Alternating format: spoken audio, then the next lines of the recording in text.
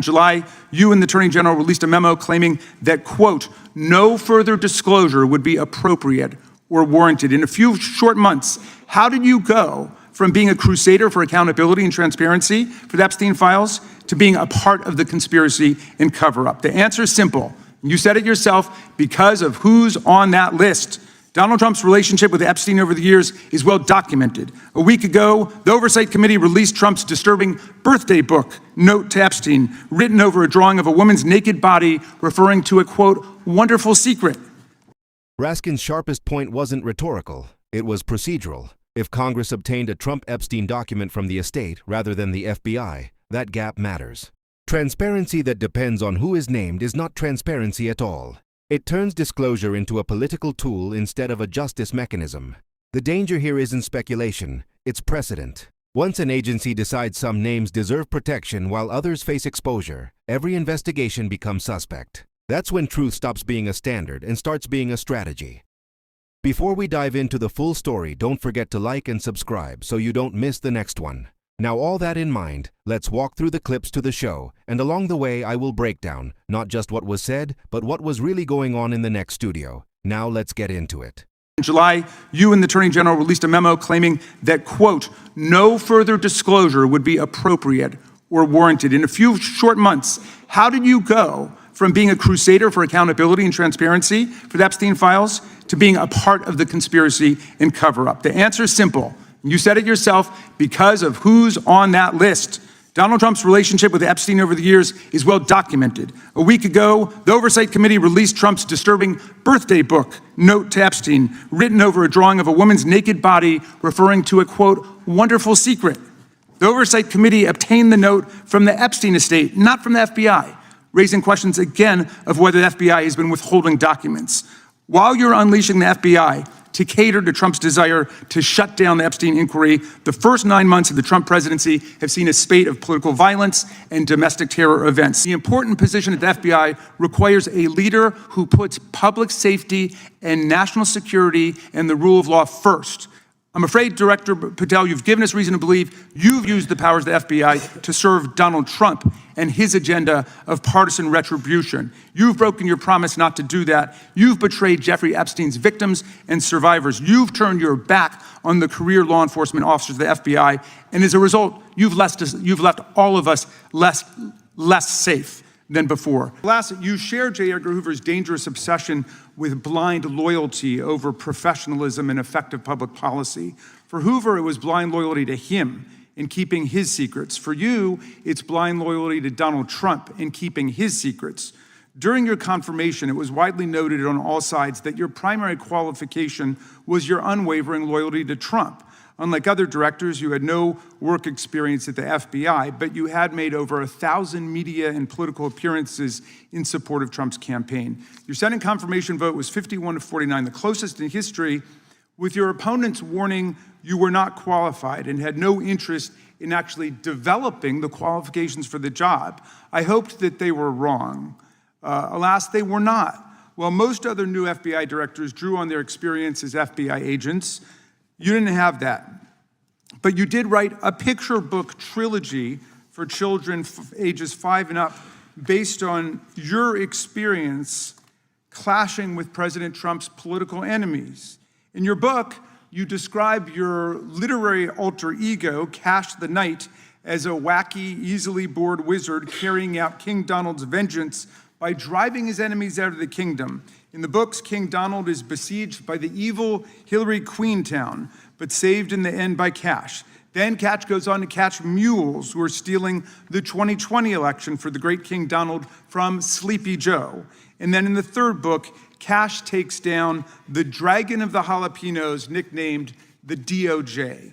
Your supporters had hoped that you would graduate from imagining yourself a romantic fairy tale knight to actually running America's premier federal law enforcement agency. Alas, just as we've learned how dangerous it is to put a science-denying anti-vaxxer in charge of our public health, we've learned how dangerous it is to name as director of the FBI a man who thinks of himself as a fairy tale knight who keeps a fire-breathing dragon named DOJ at home to forcibly drive villains out of the kingdom. When Charlie Kirk was assassinated while his killer was still on the loose, you decided you didn't need to be at FBI headquarters in Washington to work with your team while the chaotic manhunt unfolded. You spent your evening dining in a swanky Midtown Manhattan restaurant and tweeting out false information that the subject of the shooting was in custody, a statement you had to retract 1 hour later. Your performance was so disturbing that even the MAGA base was alarmed. Culture warrior Christopher Rufo, who just a few months ago sat in your chair as a Republican witness, observed that you performed terribly, and he called for your ouster.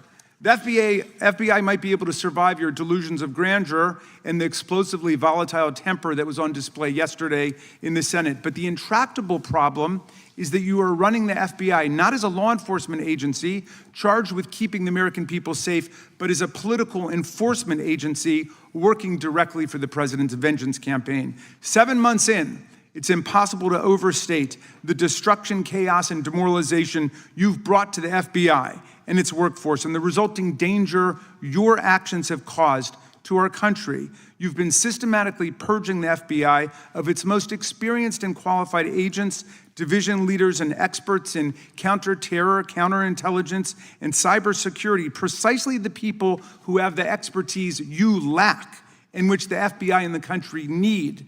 They've been expelled from the ranks of the Bureau simply because they did their duty investigating crimes, including those committed by the mob that attacked the Capitol on January 6, 2021, and beat the hell out of more than 140 police officers, or simply because you suspected them of being insufficiently loyal to Donald Trump. You illegally sacked Brian Driscoll, the former acting director of the Bureau and a decorated counterterrorism expert who worked at the FBI for nearly 20 years. According to Driscoll, you told him your own job, quote, depended on the removal of agents who worked on the cases against the president, regardless of whether the agents chose to work on those cases or not. You added, quote, the FBI tried to put the president in jail and he hasn't forgotten it.